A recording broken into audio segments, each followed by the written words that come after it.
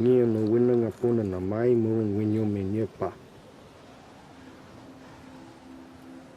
For thousands of years, our elders have told us many stories of how our country came to be. We have been told in the beginning there was just flat red ground. We were told this was the beginning of our dream time. Many things happened in our dream time. We have been told that Baiame had entered the land of the moon and the sun.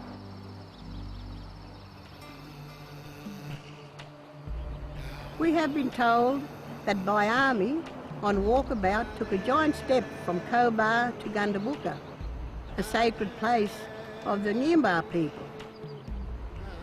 And then he stepped over to Bairok, where he left the mark of his footprint on a stone, and then he came here to Brewarrina. He stopped at the waterhole known as the Gurungra, and he was mighty hungry. He looked around, and behind a rock wall, he saw a large black fish swimming in a pool of water. He raised his spear and struck the fish. But he was only wounded, that black fish. He took off, crashing through the rock wall down there, and the water came gushing out after him. That fish, he burrowed deep into the hard ground to get away from Baiame. But Baiame, he would have none of that. He dug after that black fish, cutting into the hard ground, making large holes in the earth. And as he chased the wounded fish, the rushing waters filled in the holes. Baiame chased that black fish for a long, long time. See those bends? Well, that black fish, he made those bends as he tried to escape. And do you know what happened to that black fish? Well, he got away. But that doesn't matter, because Baiame and that black fish created our mighty river, which runs as far as the eye can see. And so, for a while, life for our people was good. Then the big dry set in. The sun was scorching our earth, and our waters were shrinking.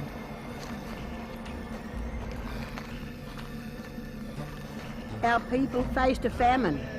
If there is no water, there is no food, no animal life. Our people could die. Baiame found out, and he returned to Brewarrina with his 2 sons. Baiame and his sons were so strong, and they scattered large stones and dug up boulders, setting them out into the pattern of a great fish net. This fish nets became our nunu. But still no water. And that evening the people gathered on the riverbank and held a big crobbery for Baiame and his sons. Baiame took a coolerman and showed the old men how to call the rain. For hours the ground rumbled under the old men's stamping feet, kicking up the dust which rose high. Exhausted, the old men fell to the ground, and while they slept, the dust clouds drifted higher and higher, swirling around Balu, the moon, who filled those dust clouds with rain, and then drop, drop, drop.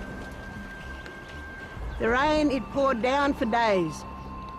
The people watched as the water rushed into the Gurungra, over the rock wall, and covered Baiame stone fish traps, the nunus.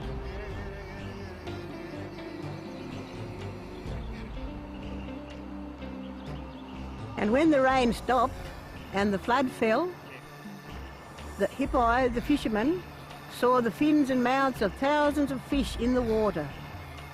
They were so happy, and they rushed into the river and drove them into the nunu. Our people were hungry, and them hippais, they killed many fish with their sticks and their spears. As the fishermen, the hippais, caught the fish, they heard one of the fish grunt like a wounded animal, and they saw that this fish was Baiame's blackfish. And the black brim still grunts today when you catch them. Once again, Brewarrina had plenty of water.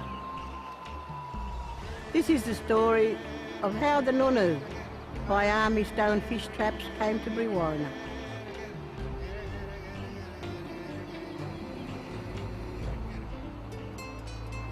This is our Dreamtime story about this special place where we sit here today.